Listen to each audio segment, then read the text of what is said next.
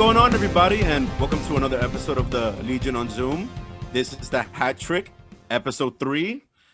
I'm Ches, and it is fucking cold outside.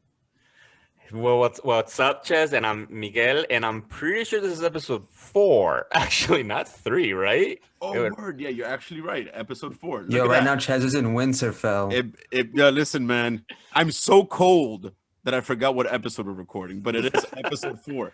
It'd be like that sometimes. Yeah, and this is Rod. Yeah, today was like the first day in New York City that it was brick. Normally, I walk around, with a small jacket. I don't give a fuck. But today, I'm like, oh shit, hold up. It's type cold. Yeah, word. I bumped into somebody in the elevator, and I was like, making that typical small talk of like, it's cold, huh? We're talking about, and they're like, well, yeah, it's winter, and I'm like, yeah, right, because we haven't had a fucking day as fucking cold as today. Exactly, and then it kind of crept up on us because this year has been weird. Like we zoomed through a fucking 2020. Not really. We didn't really zoom through it, but it just zipped by. If that makes any sense to people. Yes. I mean, technically, we zoomed through it. Exactly. Yeah. I was waiting for that pun. Yeah, you're welcome. But definitely for everybody who's listening, again, like us, we want to remind you, check us out on YouTube because you can look at Chess's wonderful winter fashion for the fucking cold weather because he's living like in an igloo or some. He's basically Sub-Zero right now. Just for all you fans out there, I love Skyrim. No said. So watch us on YouTube. Yeah, that should explain that. But yeah. All right, and speaking of exclusive YouTube content, Miguel, I noticed a nice piece of art to your left, I guess. Oh, that's right, my left, right there. We have this is actually it's actually a really sweet story, because this is a gift that Rod gave me when I moved back to New York. I think right. That's when you. I think right when I moved back, Rod gifted me this awesome fucking artwork of Spider-Man by, correct me if I'm wrong, I'm pretty sure that's a Steve McNiven Spider-Man. Correct. Yes, and it's fucking dope. And so I thought, what better place to put it right behind me while we record? I promise to try to steal that the next time I'm in your house. Well, thank God for the pandemic, because you're not coming back in here until only if you wear the hoodie. Facts. You'd be like a cat burglar, but from Winterfell. This hoodie, and also speaking. This is handmade, by the way, just so you guys know. Speaking of our backgrounds, right now I have an original poster or like a fabric poster featuring the artwork from season 1 of Legion on Zoom on Spotify, on YouTube, on everything. Go back, listen to them. Although we're not, recorded, we started this in season 2. It's still some funny stuff. So yeah, Chez's girlfriend had these printed, and I was wondering like where to put it. I'm like, oh shit, that's the perfect place right there. Exactly. Yeah, it was like great. An inauguration gift. Thanks, babe. And she also made my hood for the people that are watching us on YouTube. Right. Shout out to Amanda. Thank you, Amanda. Thanks, babe. Yeah. And actually, Ches is also actually wearing the fucking banner logo on him. Oh, yeah. Right I am actually wearing the banner. And I have it. you guys on my shoulders. You know what I mean? Like together at all times. Epic. In a very creepy fashion. So beautiful. Yeah. I wish I had a carabiner so I could wear like a cape, so I could be like a knight of the LOZ. Yes. Yeah, definitely gonna be a thing going forward. But on to some actual productive speech. Jesus Christ, which is why people listen to us. Netflix cast their Sandman cast at the risk of sounding redundant, and holy shit, I'm really impressed. I really like where things are going. Tom Sturridge, the main dude. He definitely has that dream look, that gaunt heroin chic look. God. Totally. Yo, and you guys are the more Sandman fans. That's actually something like I really need to get into this. I need to read Sandman, especially in preparation for the show, because actually I don't know Tom Sturridge at all, and I've seen Dream as he actually came out in the metal event, which we referenced a death metal one not that long ago, like a few episodes ago. For real? Metal. Yeah. He was in the metal one, the first one. Yeah, towards the end. Oh boy, that was like a different Dream though, right? Nah, I think it's the same one. No, it was the same one. He's like, they're like, they like transfer. They're like ethereal beings. Like they're constant, I think. Because something too geeky, but like I don't know if the Vertigo And wait. Sandman was published under Vertigo or DC Comics? I think it was Vertigo. Vertigo. Anyway, we're deep diving. Right, no, but yeah. But if you look at that, it's because I remember actually because Scott Snyder, who wrote Metal, actually I remember like he spoke with Neil Gaiman and got permission to use Dream, and kind of like that was their way of reintroducing them to the DC Comics books, and that what Cool. led to then all the new books that have come out recently. And it's something to do because what was the Batman, like that evil Batman godlike but Barbados or something like that. Oh yeah. Like, Barbatos, I think it was the name, destroying the multiverse that led to Dream being like, even my realm is falling apart. Anyway, I'd want to see the Batman from Barbados though. Tropical Batman. That's some like 1995 get it at Toys R Us on 42nd Street shit. Yeah, but something that I'm excited about the show though, for at least from the casting, is that they cast Gwendolyn Christie as fucking Lucifer. Yeah, and she's mostly better known for in Game of Thrones From Winterfell. Exactly. I'm gonna say that at least 5 more times. I'm sorry. fair enough. Oh, I forgot Brienne of Tarth on fucking Game of Thrones, and she was also a First Order Gabriel stormtrooper. Oh, Gabriel, what do you mean? Oh no, I'm thinking about Tilda Swinton. No, Tilda Gabriel and the other Constantine. Never mind. Go ahead. Right, exactly. No, but she was Another also British woman. Who's slightly androgynous. Yeah. But she was also Captain. Word. She was. They're like vying. I'm sorry. They're both vying for that like androgynous British woman role. Like word of being like celestial beings and shit. But one is more jacked. So the more jacked gonna be Lucifer. Exactly. That's gonna be cool. That's because one of my favorite parts of the first arc of Sandman is when he has to go to hell to get his mask from a So all right, for the fans, quick. So apparently, the Sandman Dream, right? He gets captured by some occult, Illuminati type dudes, and they keep him enclosed for a very long time, trying to steal like immortality from him. Eventually, he gets freed because he just outlives everybody, right? He's just there chilling. He's endless. And then he has to go through an adventure to gather his things. Like one was a pouch of dream dust, one was a mask, ended up in hell, and I forget. But anyway, it's really cool. Check it out. I wouldn't mind having a pouch of dream dust. Hell yes. That'd be dope. Actually, once you this will be in the Netflix show, this arc, I'm 100% sure. So once you know what actually happens to the person that gets the bag, and this is the story with John Constantine, who I'm gonna also talk about later, you wouldn't want to have that dust bag because it's like anything that yields the pleasure of dreams is going to be abused.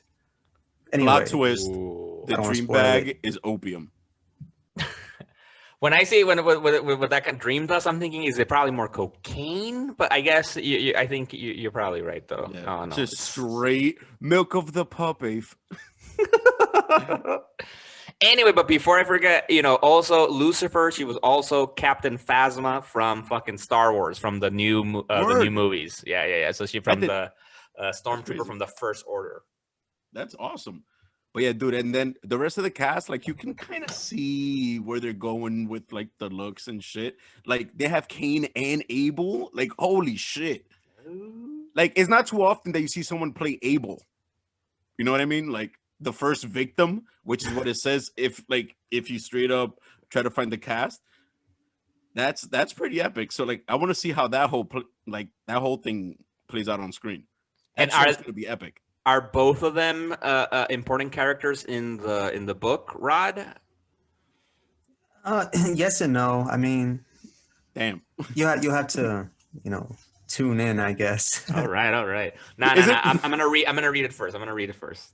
Isn't that like how they talk in the book when like those beings speak to each other? How Rod just spoke like yes and no. Like you have to find like they're like mad vague and like grandiose in their speech. And also don't forget that it's on Audible too, which is not bad because again I touched about it last season. It has James McAvoy and Kat Dennings, who I just recently saw on the latest episode of WandaVision. But anyway, I'm gonna hold off on that. With a new degree. She's leveled up. Oh yeah, word. Hashtag female Anyway, power. Just throwing that out there. hashtag pandering. Hashtag don't cancel chess. About pandering. We can talk about pandering because what's wow, pandering, how's that pandering? Look, it wasn't bringing up the greatness of women. because she didn't. Did she I not think you're have a trying PhD? too hard though. But did she not have a PhD already at the beginning of I don't in think Thor? so. Well, No, then, but she was a graduate student, I'm sure, because she was working Something like with, that, with something so like she that, was yeah. on the way to get a PhD. Right. Come Yeah, on, man. She was working on it. Yeah. Hey, she's finished. Yeah, because come on, we don't want to see Or that is she? like we don't want to see Selbig or whatever his name was again, right? Because we really have only gotten like one scientist outside of Iron Man and Bruce Banner, no, which is the guy that got possessed by the fucking cube, no, like at the beginning in Avengers. Yeah, and Yeah, and word. the epic Indian dude that dies in the cave in the first Iron Man. Oh, yeah, I guess. I forgot about that, dude. I definitely forgot about that. Bro, you cannot forget about that dude, man. He instilled in Tony. He changed Tony Stark fundamentally. Anyway, Well, in that case, then I guess Hank Pym too, Michael Douglas too, counts as an additional scientist. He's like there. I mean, it's also Michael Douglas, and it's Hank Pym. Damn, That is right. I feel like Loki he got underplayed in the Marvel universe. If you think about it, considering that it's Hank Pym, you know what I mean? Like it's kind of like they just skipped over like a major person. Like here's Scott Lang. But anyway, I digress. That's honestly a very good point for us to Yeah. discuss one day about because I think they probably just ended up doing it because they wanted to avoid the whole history of him like abusing his wife Janet Van Dyne and Yeah, you know and like because he beat her he beat her up once and got kicked out of the Avengers and then he's had a rough I mean, history. Hank Pym's a I bit mean, of a dick. okay. In the 616, he slapped her, right? In the 616 universe, Oh yeah slap And- right. which like I don't know, So whatever. fucking it's pretty aggressive. Yeah, still aggressive, obviously. Yeah, I mean, yeah. But then in the Ultimate Universe is when he tried to kill her with bug spray. Now there he went too far. Yeah. I just want to state out right there for the fans. What the that- slap's not too far? Come yeah, on. exactly. Like, So I just want to let the what? fans know that we at the LOZ have a zero tolerance policy for violence against all women.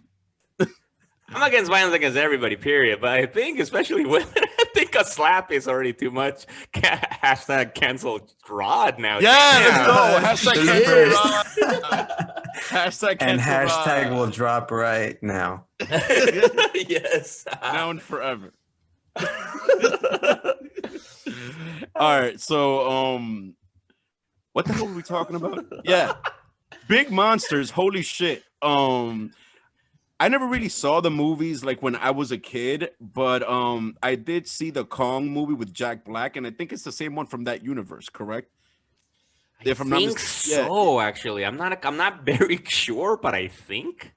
Yeah, and I did see the Godzilla that had the famous Puff Daddy song, but I don't think I saw the latest one. Yeah, Did the any of you Led guys see- Zeppelin remake Yeah. of Kashmir. Kashmir, hell yeah. Come with me. Me. Yeah, Jimmy Page. Shout out to Jimmy Page. Listen, so in my universe, that's a Puff Daddy original. Like the video for the song has Jimmy Page in it, playing and looking the guitar and shit. Yeah, no, but I remember seeing that movie too because I think it had Matthew Broderick in that movie. I think. Yeah, and yeah. That was a pretty good movie. It was okay. Yeah, I exactly. enjoyed it. I think then I saw the other new one Get that out of came here. out. That movie was trash. Damn. What are you guys talking about? Wow. Okay, Wasn't that bad, Tell the me first one one? scene. Tell me one scene from that movie. I challenge either of you.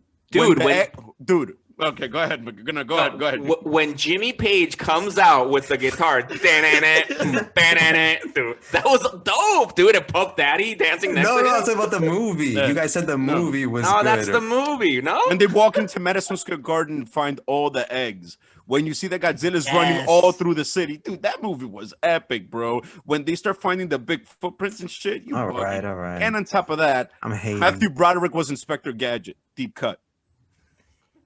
Stop hating, bro. I haven't seen a good Godzilla movie ever. I mean, I don't think there's honestly ever been a really good one made, but I know the last one was like it had Bryan Cranston. oh, you're right. I Yeah, never yeah, saw word. that movie. I heard that one was pretty good, but I Oh, never got really? to it. What if what made Godzilla that big was meth? Or Dream Dust. Damn. What?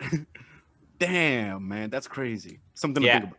And I don't know if maybe like the old school, because I think when I was a lot younger, I saw some of those movies, the classic Japanese ones, and I think they might be good in terms of like when you see them as like historical old films. And at the time, it was impressive, It's a guy in a rubber suit. but it's like, but I appreciate the lore, but I do think King Kong has had better movies recently.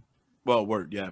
And I think we owe it to the fans because we haven't done this in a while to give them the freshest reactions possible. Because honestly, I haven't seen the trailer yet. So we'll be right back, people. Wait, Ches, wait. What's up? What are you saying? Are you saying you're gonna activate the Zoom tube? Oh, shit.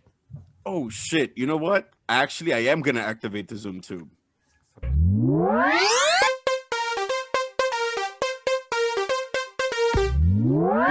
back. Holy shit!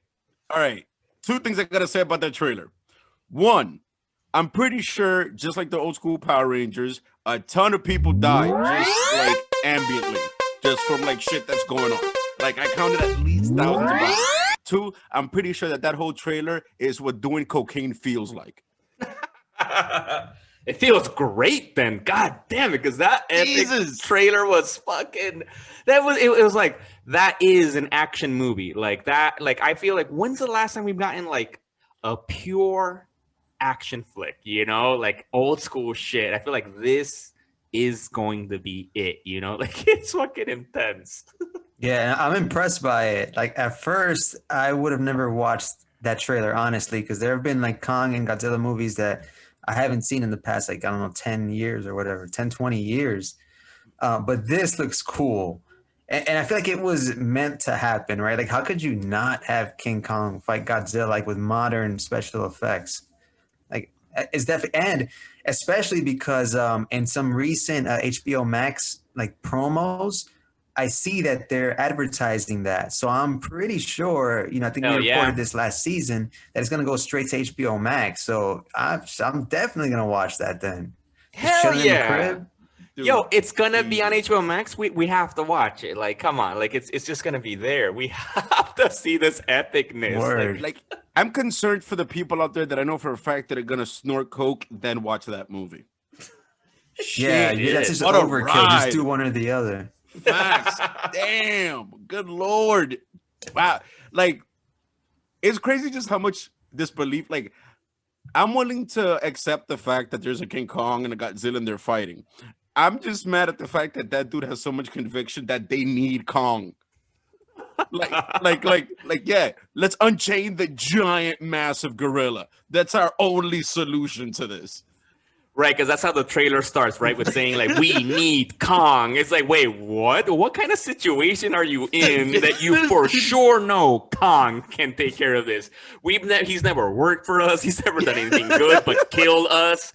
But Kong will do it. It's like, what's happening? Yeah, and Ches, you mentioned before we started recording, like, is this a Kong of continuity? So maybe there's a reason why he needed, they need Kong. Maybe this one, I don't know. Fans, if anybody knows what the continuity is to this movie, if there is any, and if it even matters, let us know.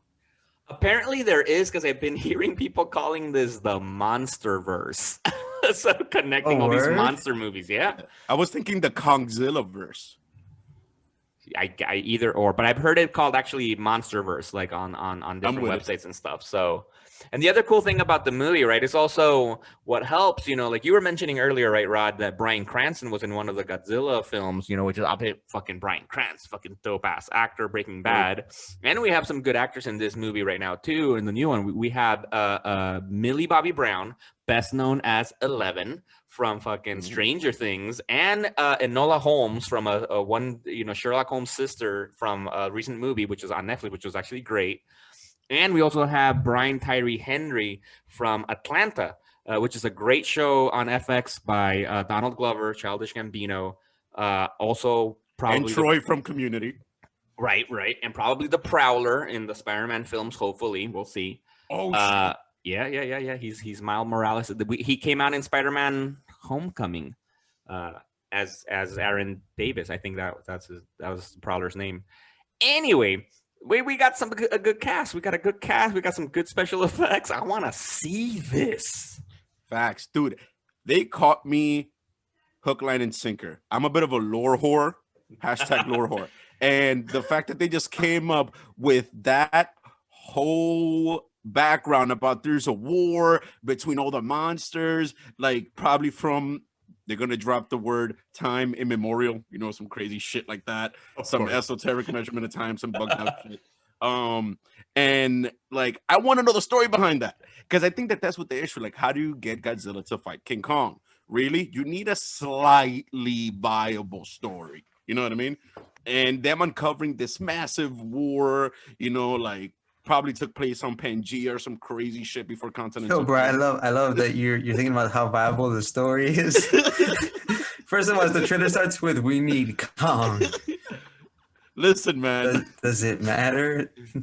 It does, bro. It's King Kong versus Godzilla. That's all y'all gotta know. It's just on HBO Max. That's fucking right. It could literally just be what we saw in the clip that they're transporting Kong for whatever reason, like to the old school movie to New York to be shown on Broadway, and then Godzilla just swimming by crashes against the ship. That's it. Fight. I'm sold with that just by itself. I felt like I was watching the trailer for, you guys remember this shit that came out with The Rock, Primal Rage or some shit with the big animals? From the old school video game. Yeah. Like I felt like I was watching a different version of that. Rampage. Yeah. I thought it was like I remember that. That's old shit. school. Deep cuts. Deep cuts, yeah. Did you see the movie with The Rock? Nah. That shit was epic. For the fans that don't know, see it? Yeah. I only watch superhero and comic book movies exclusively, just so I can deliver the news to you, the reviews and and thoughts. I sincerely and sarcastically apologize. But before we move on from this trailer, though, just because the trailer gave us a lot of good stuff, and I've been seeing a lot on the news, hold on to your fucking seats, guys, because one of the big rumors, which I'm pretty sure was going to happen in the movie, is that apparently they believe that Mecha Godzilla is going to appear in the movie. Oh. Yeah. And inside Mecha Godzilla, Robert Downey Jr. Damn. And for a fact that Godzilla and King Kong are going to team up at the end. That's what's going to happen. And that's why against Mecha Godzilla. Oh, okay. I'm sold. And then maybe what I said at the beginning, somehow Kong ends up like inside the Mecha Godzilla armor and you have Kongzilla. No, all right. That's too much. Man. That's too much. Really? That's too much. That we'll draw the line there. Okay, good sir. But yes, can't wait for the movie. When does it come out? I don't fucking even know. Does it matter? March 31st. March 31st, yo. My like mom's about birthday. 2 weeks after oh shit. Shout out. Word. It'll come out like 2 weeks after another movie I heard today that's coming out in March, about mid-March.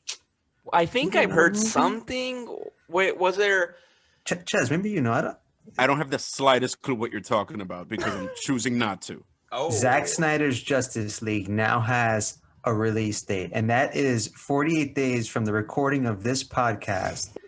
You'll get it 7 days later, or so, right? Yeah, it's about 7 days. Well, so it'll be about 41 days from the point you listen to this. So about 40 days. Yes, what you have to wait. That's all. Hang in there, people. Whatever you're going through in life, hang on. Basically, coming your way is Justice League. And of course, I knew what Rod was talking about, but I refused to take away the pleasure of him saying the date first on this show. Thank you. Basically, what Rod's saying is that he's jealous of you, listener or viewer, right now, because Rod is 48 days away from it. You who are listening or watching are closer to it, and Rod hates your fucking guts because of it. Fucking future fan. Even me listening to it again in a week, I hate him. This is like some fucking Zoom force. You know what's funny? I was thinking about this. It's like, so technically who you should really hate is the Rod that already saw it.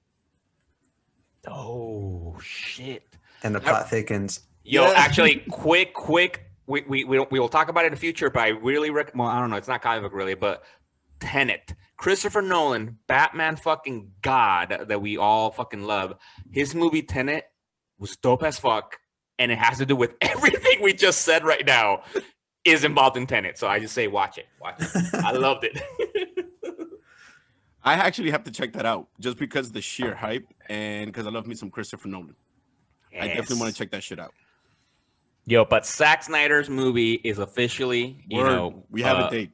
Oh, and apparently with that too, the other thing I heard about in the news, right? Because we've been speculating for a while, right? Because we know it's going to be 4 hours, and it's going to be 4 different days, right? It'll be 4 hours. A 1 hour show, for 4 days. It's going to be 4-hour days. Wait. Hold on. I think it's been confirmed that it's going to be 1 4-hour-long feature, right? No. Oh, okay. I thought it's Most going recently. to be. I thought it is confirmed that it's a movie, but I do think it was going to be split across 4 days. I could be wrong, actually. I heard it was going to be 4-hour-long features. Oh man, don't tease me like that. That's Tease me, bro. I can't wait. That's exactly what I heard it was going to be. Well, you have to fucking wait. You have to. Yeah. Fuck you. Exactly. You have no choice. That's what communism feels like. But yeah, just remember, there's a Rod that already saw it in the time stream. I hate him. I will say that I like the art. I like the art that for the promo for the now with the release date, it was actually pretty fucking cool. Like I'm looking forward to really watching the movie. And I've talked shit about it, but I am willing to watch it. I'm gonna watch it hoping that I'm actually really gonna enjoy it. Like I'm not watching it just to hate, I swear I'm not. I mean, if I hate it, but come on. I feel like you are entering that movie with totally preconceived notions. 100%, yeah. but I'm still giving it a shot, because we talked about this before. Saxon, I liked his Man of Steel movie. I didn't love it, but I liked it. I liked it. And I do think that was his best. And I like 300, but from the DC films, Man of Steel, I think, was for me his best. Because I am yet to watch this fabled BBS Ultimate Edition. Apparently it's so good. And all right, I'm going to have to wait till next year to watch it. I don't know. Shit. But all the mystery will end on 3/18. And damn, I hope. Mark your calendars. Really hope it doesn't suck. Because if it does, holy shit. Notice that you heard none of this kind of talk about the Kong versus Godzilla. All the hate and all of the, I hope it doesn't suck. I'm walking there thinking, man, open your hearts, open your minds, people. This film is going to change you if you let it. Well, I mean, if you think about it, it's kind of like Kong and Godzilla. They have like a clean slate entering our lives. You know what I mean? Like they're not coming with any extra baggage. It's like, hey man, shit. Baggage is part of life. Speaking of clean slate and baggages, thank you. I want to mention how, so now switching it back a little bit to comic books, we recently seen in comic book news of a clean slate that they're doing in the comic books. They're bringing back a terrible fucking time in the comic books. The Heroes Reborn era of comic books is kind of being brought back in Marvel comic books. So for those of you who might not know, Heroes Reborn was already a theme, an event that happened after the end of the Onslaught event, where fucking Onslaught is a combination of Magneto and Xavier, blah blah blah, comic book awesomeness, and then the main heroes of the Marvel universe that were not mutants, so the Fantastic Four, Captain America, and the Avengers, disappeared and lived in this pocket universe. If I remember correctly, it was widely panned. People did not like this. People thought it was dumb. And then they eventually obviously brought them back to the regular universe. Rob Liefeld, Heroes Reborn, Captain America. Boom. Look at them titties. I know those things are huge. That's what? Why? Shout out to Rob Liefeld. I mean, we all have, maybe he was lit that night. Who knows? Whatever. Exactly. Comic industry. He gave us Deadpool. Yes, he did give us Deadpool and Domino, and I feel a few other characters too. Cable. No, he was involved in creating Cable, I think. Yeah. Was he? Damn. Mm-hmm. That's crazy. So anyway, they're bringing back Heroes Reborn for a short time period because right now, and we'll talk about this in a future episode in detail, actually, with special guests, there's the Enter the Phoenix event where the Phoenix is back in the fucking world and trying to do shit. Apparently, they already spoiled the ending for us, and they said that when the event ends, the Phoenix takes away the Avengers, and so there's a world without Avengers, and that's what the Heroes Reborn storyline is going to be about not having the Avengers on. Like, what would the world be like without the Avengers? Like, I'm not over. Exactly. Yeah, it'd be over. Like, that's it. The only thing that I found a little bit interesting was that there's an image of a Juggernaut as Doctor Doom. I'm like, or Doctor Doom as Juggernaut. I don't know. Go. That makes more sense. That's probably it. Yeah, exactly. I'm like, yeah. Because for the fans out there, what that means is that as where Victor Von Doom is like scarred and he knows, like a bunch of magic on his own and he's a genius and he has his own country. Juggernaut, the power of the Juggernaut is basically based inside of the Stone of Sidorak, correct? The Gem of Sidorak. Yeah, the Gem of Sidorak. Yeah. So, and in there, you're basically, I guess, like an envoy or like a disciple, something like that, a herald of the god Sidorak, and you become the power of the Juggernaut. That's why you've had a couple of people in the Marvel Universe over time who have been the Juggernaut, such as Dean Marco. You've had Colossus be the Juggernaut, which is insane if you think about it. Like, what the fuck? And who else has ever been the Juggernaut? Shit, I don't remember. For me, I think obviously Kane Marco, Charles Xavier's brother. Marco. Dean Marco. Kane Marco's the classic Juggernaut. But what? There's a cute image of this Juggernaut Doom. I just saw it. I'm gonna throw it up right now. Okay. Yeah. Awesome. In Kane Marco was the classic Juggernaut for the longest time, and then Colossus for but I do think other people were, but I don't know who else. But Colossus obviously was the most famous because he was Juggernaut for a while. Yeah. Too. And like just like the power level. Oh my god. That's one of those characters that like I wish I had one of those like embossed foil cards from back in the day with like the power charts and shit. But yeah, so that means that when McGo's referred to, so somehow Victor Von Doom got his hands on the Gem of Sidorak. What? Word. Like, I want to read that. Like, that's the main thing I want to read. All the other stuff about, like, a world without Avengers, like, all right. My only thing that makes me a little bit interested in this is that it's written by Jason Aaron, who's been writing the main Avengers book, and he's written a lot of great books, Jason Aaron. So I'm a fan of his work, especially his Thor run is one of the most incredible Thor runs in recent history. And that's saying a lot because there's Matt Fraction had a great run. Walt Simonson. Yeah. Michael J. Straczynski. Right. I think it was right before Fraction. Yeah, that was great. That's my favorite. Yeah. So I don't know, but what do you guys think of this Heroes Reborn reboot kind of thing going on? I mean, shit, in my opinion, it's not like we have a choice in the matter. It's the endless cycle of life of the comic book universes. It's almost some like Hindu religious tech shit, you know what I mean, where there's like just like an endless cycle of existence and death for the universe. That's what comic book companies go through, right? And like we mentioned last episode, appeal to the nostalgia, give us some foil covers. I think they've done that like in like not too distant past, like just old school stuff, just to get some people to buy some paper books. Yo, if they give us foil covers again like that, or like, you remember those ones where they specifically in the X-Men Fatal Attraction story, I think, where they had the holograms in them? Oh my god, I would buy that shit like that right now.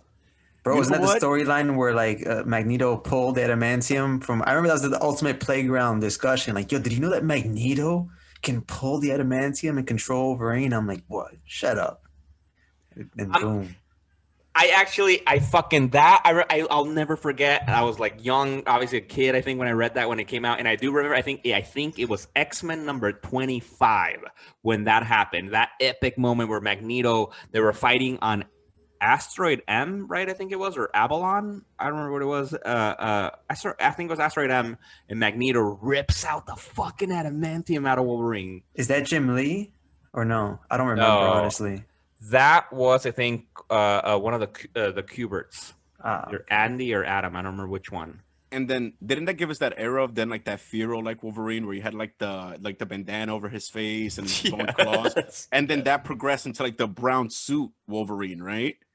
When he was on like the comeback tour. I think the Didn't it- brown suit debuted in a Frank Miller arc. No? Yeah, earlier. The brown Earlier- suit earlier was than that? way Earlier. back. Oh, shit, I Yeah, thought you yeah, meant yeah, after yeah. that. Yeah.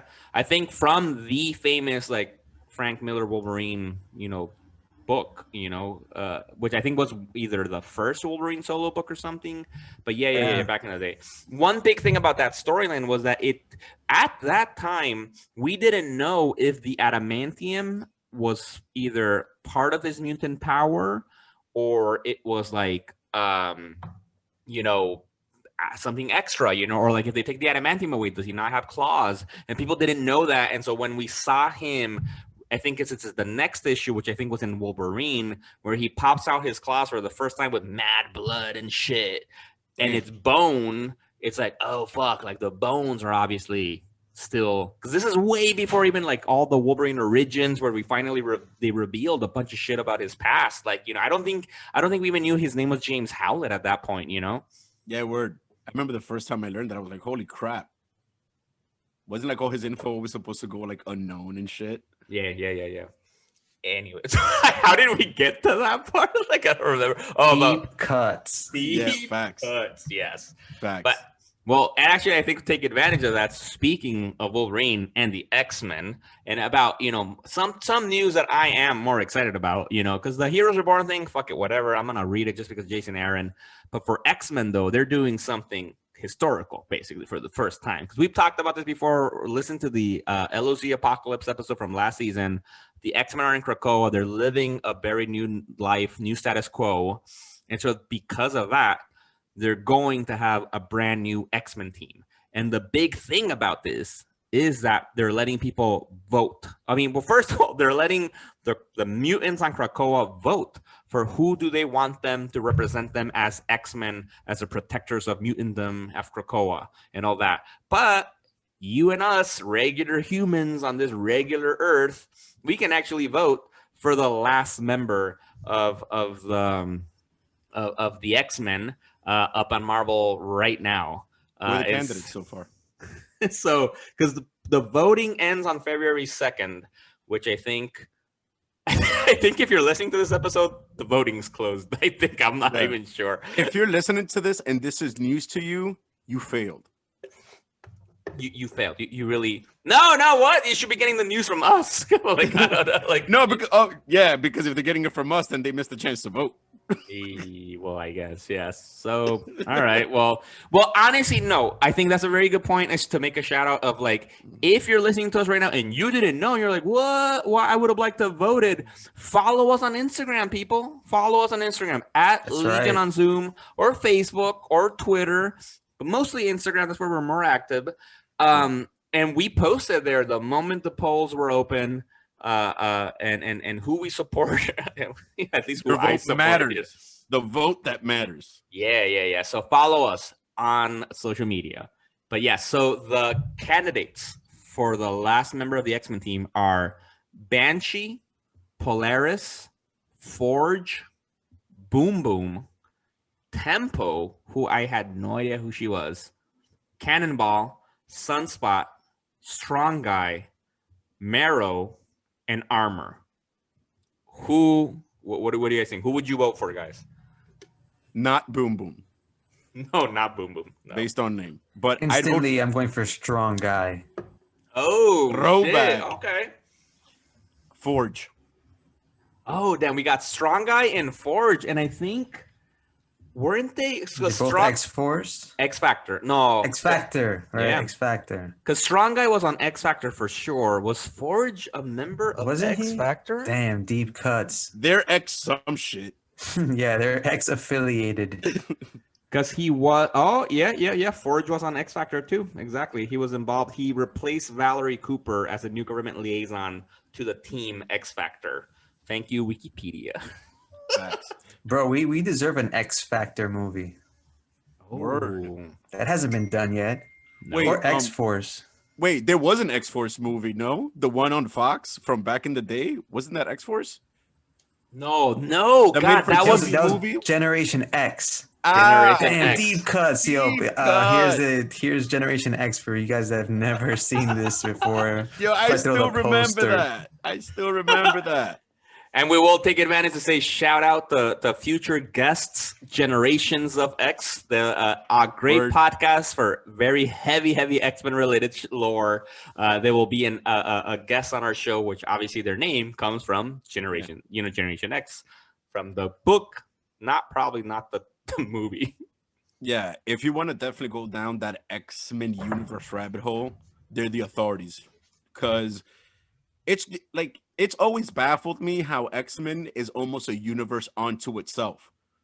Like the biosphere, I think, for lack of a better term, I guess, like that X-Men are within, that shit could be its own comic book company. And Word. yeah, it's just like, and it almost bothers me like how isolated they are. Like, damn, like do mutants just like not fuck with metas, in like the Marvel universe? Is there like a divide between, like just straight up metas and mutants in Marvel? I mean, I think it's just because the X-Men speak more to like the fan than the Avengers do, and they just rivaled them in power. Because I think X-Men #1 by Jim Lee and Miguel, who the writer of that X-Men #1 is. One of the top selling comic books. I think it's the highest selling single comic book of all time. Yep. And then you have the cartoon in the 90s. I think, wasn't that Fabian Nicieza, the writer from the first X-Men? Or was that Chris Claremont? No, I think that might have been Chris Claremont, actually. Yeah, might have. I'm thinking that sounds like it's the one. But yeah, the X-Men, come on. And they had their own movie universe. They Yeah, pretty like that's much are. like they're like a universe unto themselves. It's kind of crazy. Yeah, correct. Chris Claremont, classic X-Men writer. He was writing Uncanny X-Men for a long time, gave us Dark Phoenix and other amazing stories. He wrote X-Men #1 with Jim Lee, young Jim Lee, first starting at comic books, I think, and doing an epic X-Men. And like you said, exactly, one of the, I think, is the highest selling comic book currently still. For the record, if he dropped a mixtape under the moniker Young Jim Lee, I'd listen. Yes. Yo, hashtag Young Jim Lee. Facts. All right, so but you guys got strong guy. Why not just Young Lee? Because then Nah. you wouldn't be able to differentiate if that's just his name or his rap name. That is a little racist. Not in front. A little bit. A little bit. Speaking of Asian Yeah, we're gonna cancel individuals, twice so far in this episode. Damn, All right, word. boom, That's like cancel Rod. Yeah. right there. Damn, that's two. I gotta chill. The Warriors, the new social justice warriors are gonna come after me. Facts. That's right, dude. Wildin'. They should when they make that movie for the MCU, they should make them all social justice warriors, and just make it like the most obnoxious super team of all time. Gee. Just to make them different.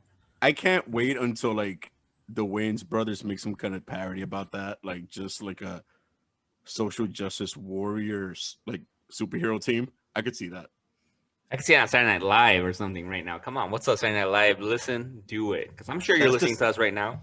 Yeah, word. That's a skit or like movie parody we need in this world. Good Lord. Word. Yeah, but I vote for Forge though. Like, I think Forge is one of the most underappreciated mutants in all of Marvel or in like the X-Men verse, because I think, did we get Forge in the movies? Mm-mm. I don't Look at think that. so. Like, dude, imagine the shit they could have Because done he with whack.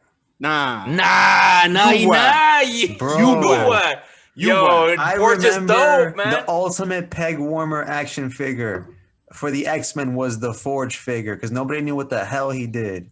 He just like some dude. he He makes looks kind of Native American. I don't know. Yeah. But he's Get a a bandana. technopath. Yeah, facts, Outta here with bro. that. Nah, man, nah. Yo, I will recommend everybody right now to read the current X-Force book written by Benjamin Percy, which has Forge on the team. Loving it, because Forge is fucking using Krakoa, the living mutant island, to create weapons for the X-Men or for X-Force. So cool, so dope. I love It's true, it. but that speaks more to the skills of Jonathan Hickman than it does to the character of Forge that nobody gives a fuck about. Anyway, Nobody gives a fuck about you. Anyway, my vote is for Armor. I liked Armor. It's mad generic. Nah, but like she's fucking got some dope ass powers of fucking making her armor. And actually, I just started watching, thanks to Netflix, the X-Men anime from a few years ago, and it Armor is one of the key characters in the first few episodes that they're going off to save her. Yeah, I remember that. Yeah, so I'd like to see her be like a proper member of the X-Men.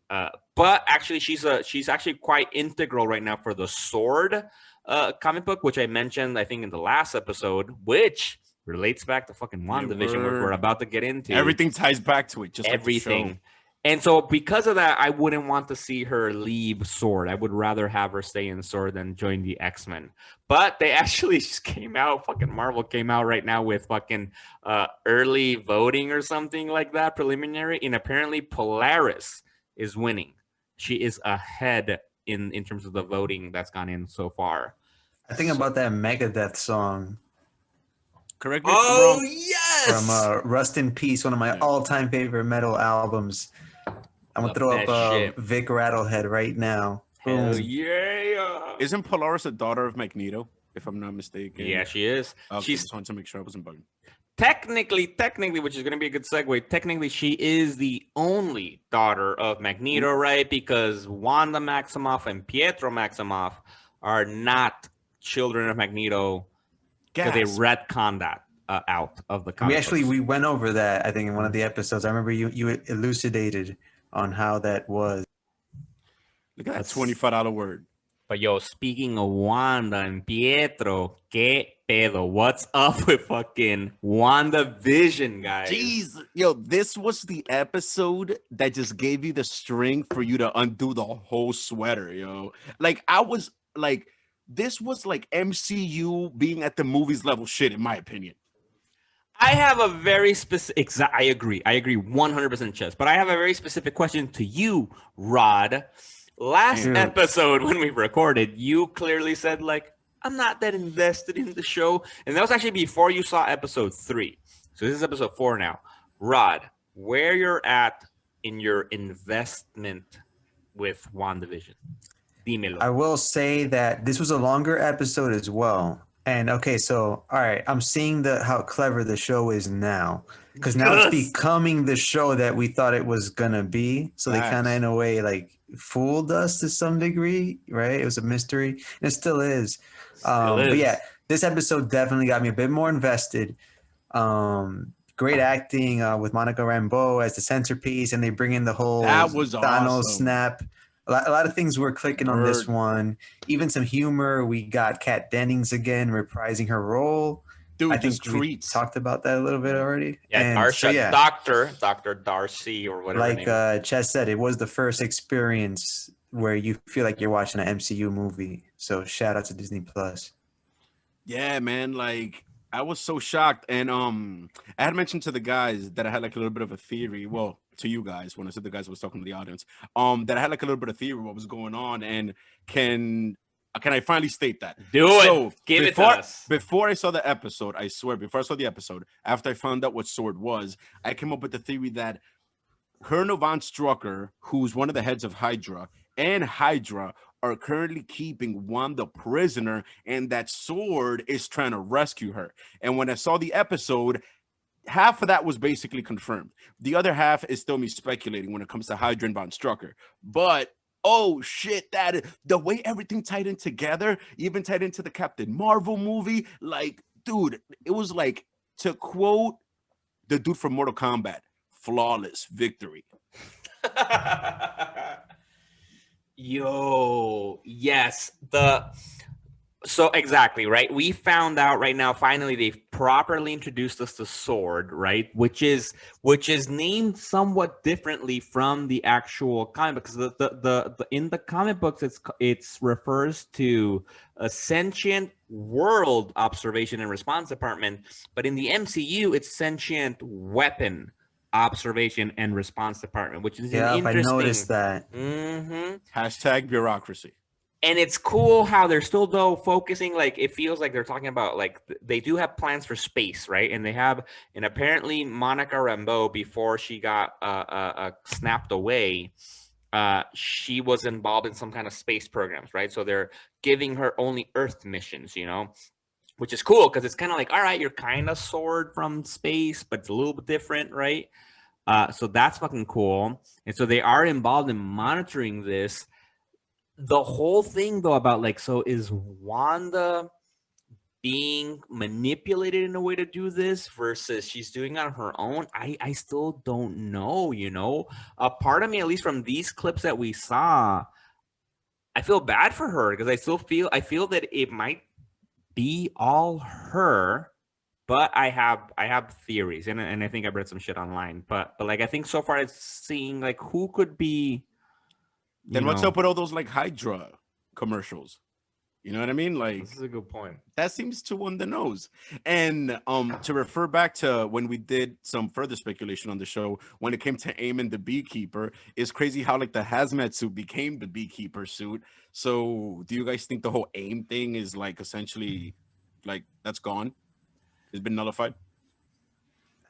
Think so. I don't Who knows, know, man. Who knows? Yeah, I don't know, because actually I'm still holding on to that because I love that fucking comment that Rod made about the Beekeeper and AIM. I'm still holding on to because like, I remember at the beginning of this episode, right, when we see Darcy, right, Dr. Winters, I think her name is being brought in. There's a lot of scientists, right, and scientists from different fields.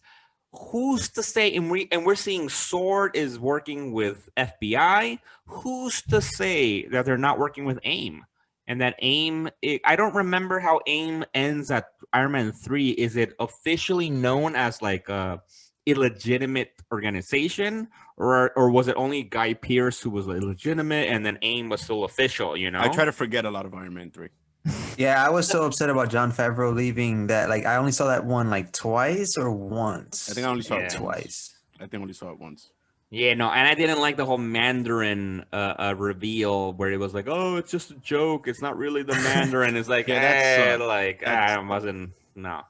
But My whole exactly, thing so it makes me think that AIM might still be a play, you know, either they could do it where that they're working with AIM, that's another organization involved right now, or they might do that old school Hydra shit where like AIM has infiltrated members of like FBI and That'd Sword be or something. lit. That'd be awesome. So that I'm still holding on to that. I'm still holding on to that. What I'm questioning is, how did Monica Rambeau not die after getting blasted through those walls? That's a good point. Like, she got blasted through walls. Because it would suck. But Imagine if she just killed her. That'd be more of a DC kind of spin. And that's why Murders her. And that's why I like DC. Word. Like, come on now. You slam somebody through that many walls and shoot them out for almost like 100 yards or over, they're gonna die. Speaking of death in DC, after our WandaVision deep dive, I'm gonna deep dive into the DC animated movie universe for a treatment. Have a treatment. Hashtag treatment. Dude, you know what bugged me out? When they show like the dead Vision, it's like, oh shit. It was like a very soft, like the Walking Dead-ish type moment. Oh my god, that was like, honestly, me and my wife were watching this together and we both jumped like once we saw that scene because I really wasn't expecting it. Really? You guys jumped? Yeah, no, it was like, oh shit, like it was surprised that like I was not expecting them to show us Vision with his half of his head missing, you know? Was crazy. Like fuck. Like it was like, ugh. Like, and it's kind of like it told you something about how well constructed of a character Vision is, because technically he's just a robot, but when you saw that, you felt that like it was jarring. You know what I mean? It's kind of like when they tore apart Ultron, you were like, yeah, it's a machine or whatever. But when you saw Vision, it's like, oh shit, like that guy has his head caved in. You know what I mean? Like it told you something about how we feel about Vision. And also, Paul Bettany's the shit, bro. Oh, hell yeah. Hell yes. Man, no, I love this episode. There's still so much fucking. I'm loving how they're now connecting it with everything else, right? Yeah. With the snap. I love seeing Monica Rambeau like dealing with that. When you're asking like, how did she survive the thing?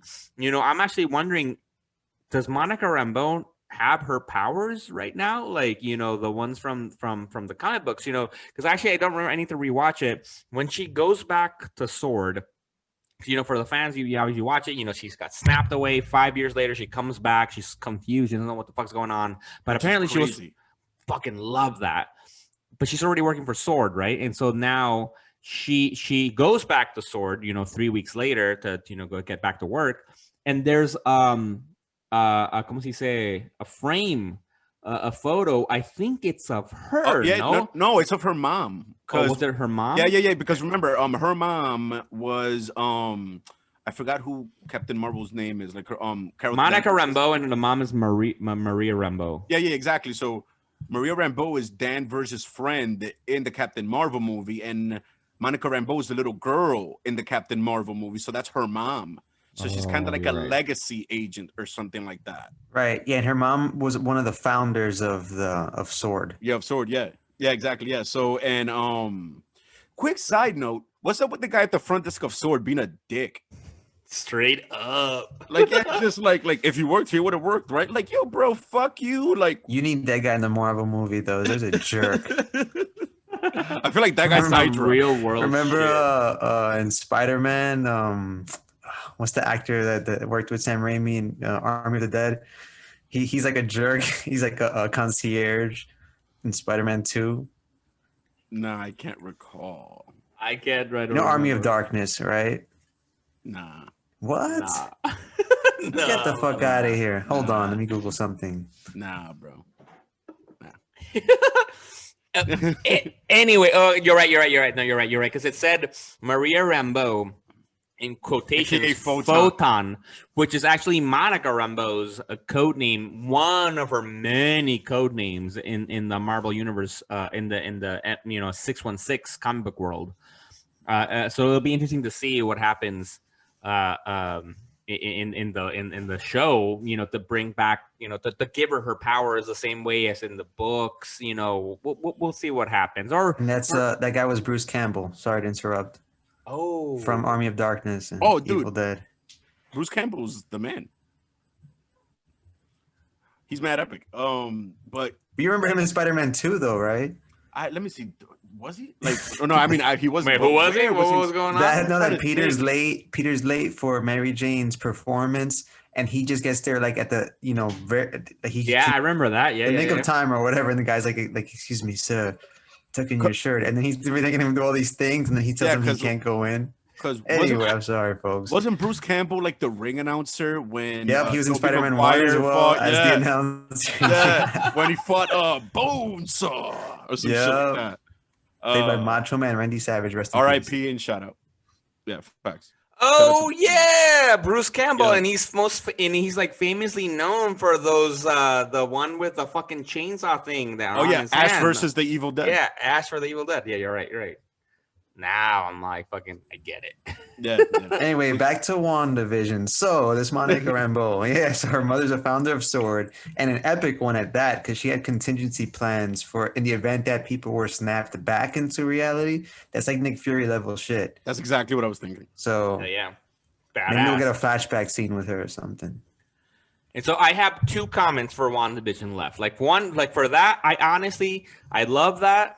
But I really, really, really would love for them to introduce us Abigail Brandt, who she's the commander for Sword in the books, and she's a fucking badass girl. She's fucking dope ass. She's got this dope green hair, and she's just a badass. She's like a Maria Hill basically, but like for the mutant world, and that'd be fucking interesting to see because Abigail Brandt is half alien, half human, and her human side is a mutant.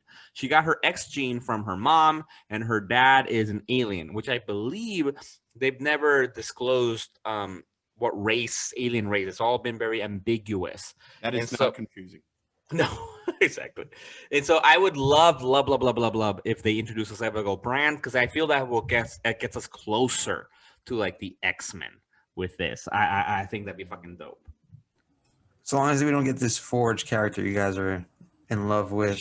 Listen, man, Forge is life. Moving on. So WandaVision, it finally got good. Yeah, That's my review. So What do you mean finally? I feel like you finally got good. That's good though. That's progress. That means the whole time before this, you have not been good. Speaking of good things that the universe has bestowed upon us, which are plentiful if you look deep enough. The DC animated movie universe. All right. Wait. Before you get into this, bro, I got one last WandaVision thing to say. One last. I'm sorry, dude. That I think this is. I think this is. We need to discuss. We need to immediately say. All right. And I've been seeing some people talk about this. So, right. We know in the original story when Wanda gets pregnant and then she has to get rid of the kids, it has something to do with, I think, one of Chez's favorite characters, Mephisto. Yes. Fucking Satan on the fucking comic books, right? And so there's a lot of speculation. If you guys noticed in the fucking episode that the perimeter around this New Jersey town of Westview, which, parentheses, I mentioned before that the show's based off of also the Vision and Scarlet Witch book from back in the day, which they lived in New Jersey in a little fucking town. I don't remember if it was called Westview, actually. So that's kind of fun that they did that. The perimeter is shaped as a hexagon. And so apparently the hexagon on the table, they showed that. And they keep asking, they're like, why is it a hexagon? Why is it a hexagon? And the hexagon is not obviously as important as like the typical pentagrams, right? From fucking in the occult, but the hexagram is important to some degree in the occult and all that kind of stuff. And if you guys noticed at the end, right? Because at the end, that's when shit got fucking creepy as fuck, right? That's when we saw fucking Vision appear with fucking his head missing because of the stone that got removed from Thanos. And you see that Wanda psychotic and shit. Right. And then the show ends. Do you guys remember what song was played at the end? Voodoo Child. Voodoo Child. Yes. From Jimi Hendrix. So Voodoo Child. It's either referencing that Wanda is being she's the voodoo child, that she's being influenced as a voodoo doll by some kind of either bigger power. You could say Mephisto. You could say maybe insane. Yes, you could say either Agatha Harkness, who's a classic character in the Wanda books, in the Scarlet Witch books, but she's supposed to be a good person that helps Wanda, so I don't think it's her. There's also like that devil that Ghost Rider deals with, Mephistopheles. Well, no, he deals with. I don't know. No. I thought he dealt with Mephisto a bit. No. I think I think the demon that Ghost Rider did with his name is Mephistopheles or some shit like that. Blackheart is like the son in that movie, I think, or some crazy shit like that. Anyway, but there's like a whole bevy of like those cosmic evil motherfuckers. All right, damn. But see, there's fucking shit. There's so much stuff that can lead to this, so we don't know. So what's happening, right? So we got the hexagram. We got fucking Wanda fucking freaking out. We're seeing a creepy ass dead fucking Vision.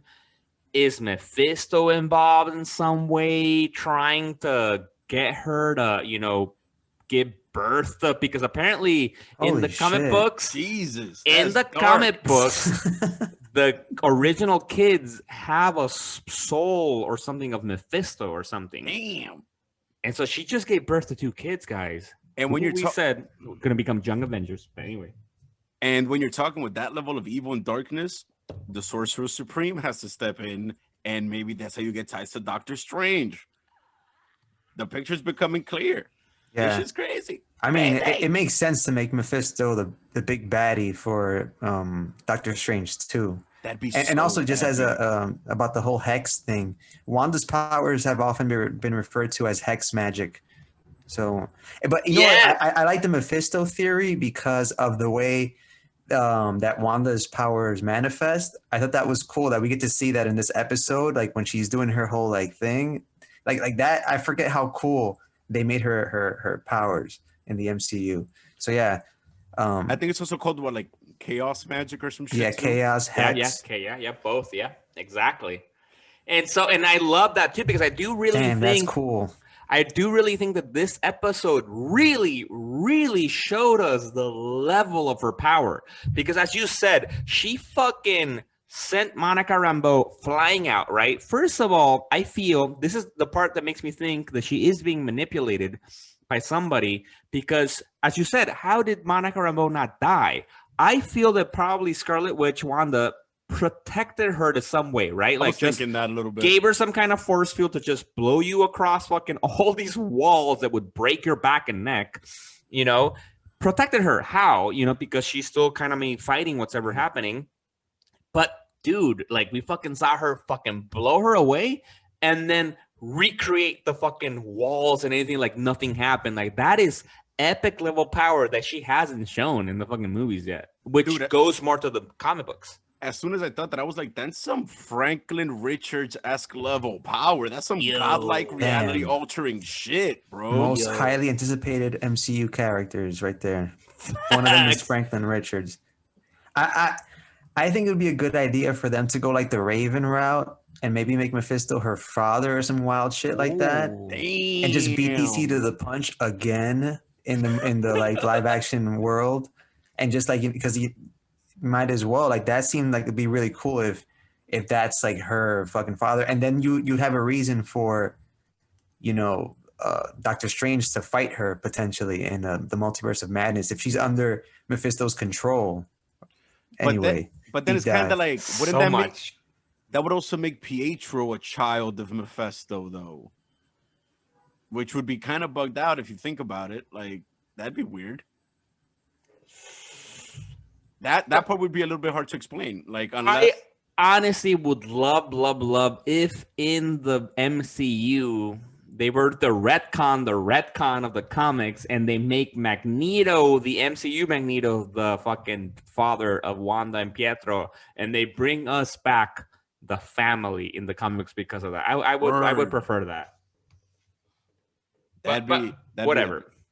It's fucking dope. It's regardless. I'm like, I don't know, but we'll see. We'll see what happened. The other part about the Voodoo Child, it made me think about Dr. Voodoo. The member of the Avenger who was Sorcerer Supreme for a while, but I don't think they'll go that route because he's a good guy too. But I don't know. Well, I mean, he could come into play instead of Doctor Strange since he's at that level of power in like the magical playing field of Marvel. One does not easily just get picked for Sorcerer Supreme. So that's definitely an arena where they could introduce Dr. Voodoo. That'd be pretty epic. Maybe that's what the song is even hinting at. Who knows? You think he's PC enough for like this current climate, like of characters? They did Papa Midnight, and Papa Midnight was well done. Shout out to I hope I don't butcher his name, Damon Hounsu, I think, the dude who played Papa Midnight in the Keanu Reeves Constantine. I really enjoyed that. That was pretty epic. But yeah, I'm pretty sure they could come up with a very solid way to do Doctor. Didn't they do Dr. Voodoo in the Constantine miniseries or no? Wasn't there like a character kind of like that? Well, that's not Dr. Voodoo from the Marvel book, never mind, right?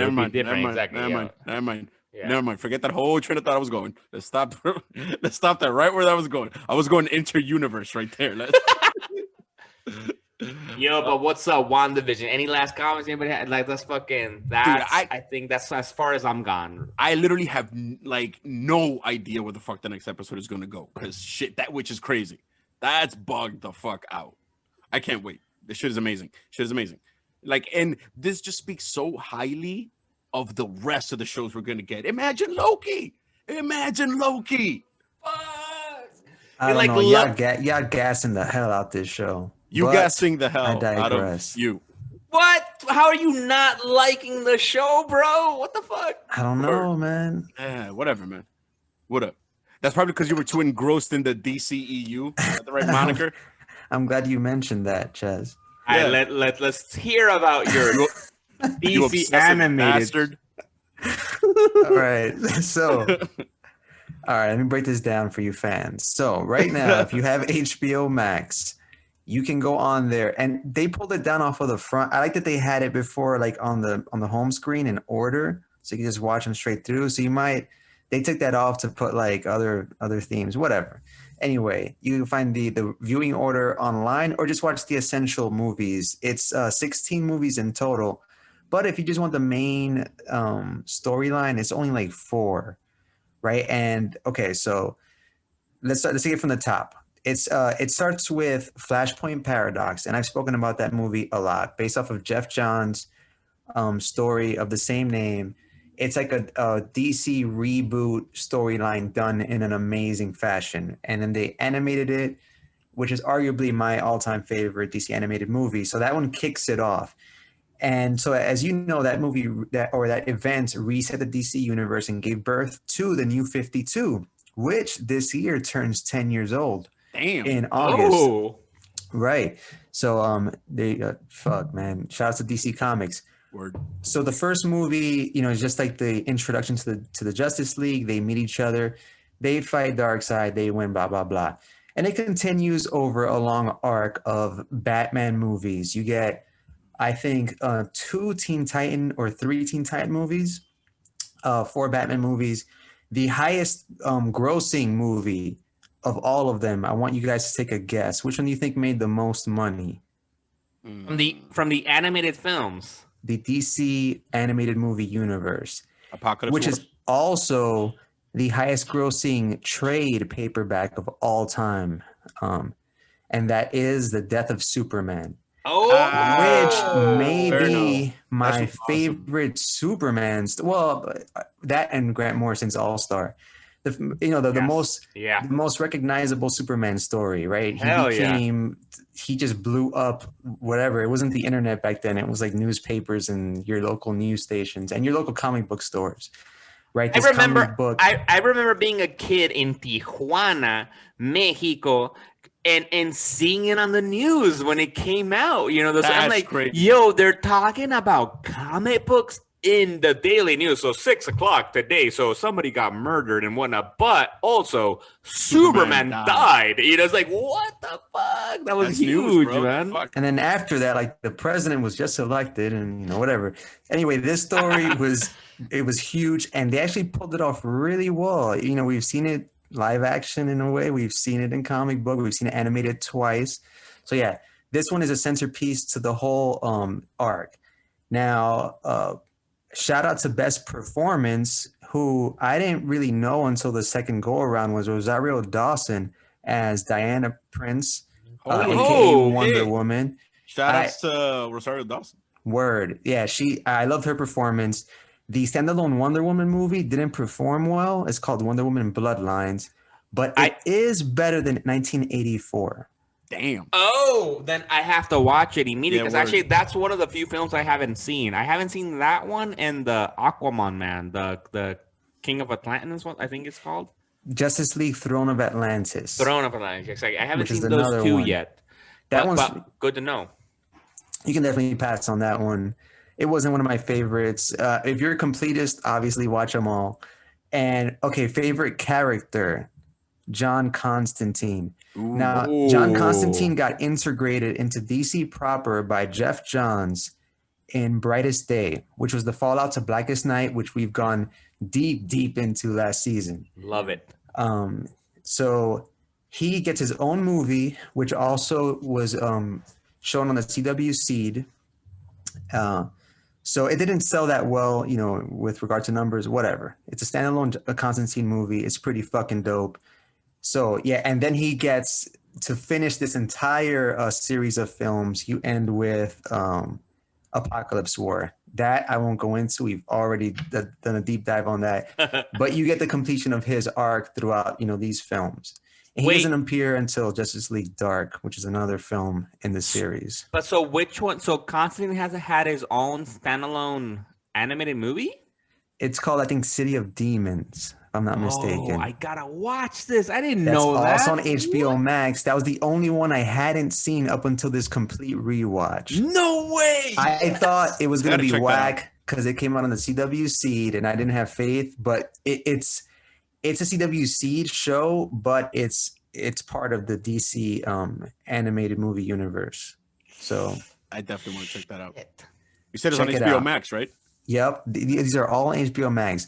Right. And obviously DC hasn't, succeeded in the way that Marvel has with their cinematic movies. If you want, maybe there's only room at the top for one, at any given era. So this is the closest you'll ever get to the MCU with regards to DC characters is this DAMUC whatever DCEU. DC animated movie universe. There's my treatment, people. Go watch it. Yes. Consider us enlightened and a half. And I'm definitely gonna check out that Constantine movie. Damn, it's just too bad that greatness could have transferred to live action. Or who knows? We'll find out on 3/18. Allegedly. We'll see what's up. Right. Like, yeah, no, but that's a good treatment. No, and honestly, those were fucking great movies, man. they were Honestly, amazing. they were a lot of, and I like I mentioned, there's actually now 3 that I haven't seen, which is the Wonder Woman Blood Ties, the Justice League Throne of Atlantis, and the Constantine one. Those are the ones I haven't seen. For example, would the Deathstroke one fall within that too, or No, not? that's a separate. Yeah, The that one's Judas separate. Contract? Oh, No, I think that's separate. Knights Right? and Yeah, Knights and Dragons. that's what I mean. Yeah. But the Judas Contract, that was also definitely ranked high on my That list. that was a good one. That shit was Oh, yeah. Thanks for mentioning that last point. I liked how they this was like based off of the DC, the New 52 DC universe, and they still gave us classic stories. They gave us Hush. They gave us Death of Superman. So all these things were cool. Like they managed to, instead of making them standalone movies, which they could have, like Dark Knight Returns, they chose to make it part of this this timeline. So that was pretty cool. No, exactly, and that's what's really cool, right? Because they also did these old classic stories, right? Like Hush, like Death of Superman, Reign of Superman, right? In the New 52 type of universe, right? Because obviously the Reign of Superman story, we didn't get that in New 52. That was way before. That was a classic run, right? Also Hush, that was before the New 52. But with the animated universe that they had, we kind of got to see those two worlds mixed together, and it was actually really fucking cool to see that. Like it was I liked it a overdue in a lot. sense. It was definitely overdue in a sense. Shit. Yeah. Marvel completely dropped out of the animated feature length game. They're like, yo, DC, you got that. We're gonna dominate this, and now they're dominating television, right? With WandaVision. Oh yeah. But at least DC hasn't done that bad with TV though. But Marvel is starting to beat them, right? Because for example, True. We had Titans, right? And we got the CW verse and some of the HBO Max, the DC universe now HBO Max shows are not that bad, but they're not the quality that we're getting so far from the Disney Plus, right? But that's some good stuff. So Rod, what do you think is going to happen next with the next iteration, right? Because we've talked about this at length with Apocalypse War, right? The universe ended, it got rebooted, and now we had, I think, what was it, Superman Man of Tomorrow movie, right? And is that it? So what's happening next? I don't think they're going to establish. I don't know if they're going to establish another continuity right now. I don't see that happening with any of their either animated shows or anything like that. It's that whole multiverse thing. Like I don't know. Maybe they'll just keep running with the whole multiverse thing. It could go anywhere. Which is the great thing about the multiverse. Word. We're still due for a Superman Man of Tomorrow review, which I think only Rod's seen it, right? Yeah, and that's also on HBO Max. What?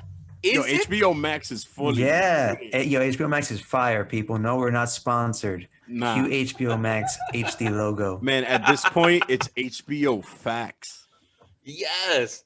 Wait, so that's the latest movie, right? The one that we talked about, the one that Chaz said was actually like Batman Soul of the Dragon, which we should watch. You got to watch that too. That's the latest release, and that's also in its own, bubble. Right, because that's that Superman movie that Chess, you said, was like Fisher Price animated one. Man of Tomorrow, yeah. That's on HBO Max? Yeah. What the heck? Oh. Bro, HBO Max has all the goods, man. Listen, man, maybe Marvel and Disney doing all this crazy shit is finally making DC get their shit together. Yeah, and who knows, maybe, HBO Max, because they're obviously heavy with DC stuff, they're going to, push Marvel, Disney Plus to give us Black Widow. Because when they start dropping these bombs like Mortal Kombat on us, Godzilla versus King Kong, Disney's going to be like, yo, maybe we should release some bombs too, Yeah, because you're definitely holding back on that one. And that's bombs in the good sense, not like a bomb. Like that would be negative. Or you imagine they're all bombs. That would suck. Facts. Shit, man. Consider us enlightened on that treatment. And like I said, I will definitely be checking out that Constantine shit. Maybe tonight. And on that note, friends, gentlemen, lovers, pals, always a pleasure, always an honor. Fans out there, we'll check you guys next time. And just to correct my error from before, this is definitely episode 4. This is Chuz. Deuces. This is Miguel. Bye. Peace. Peace.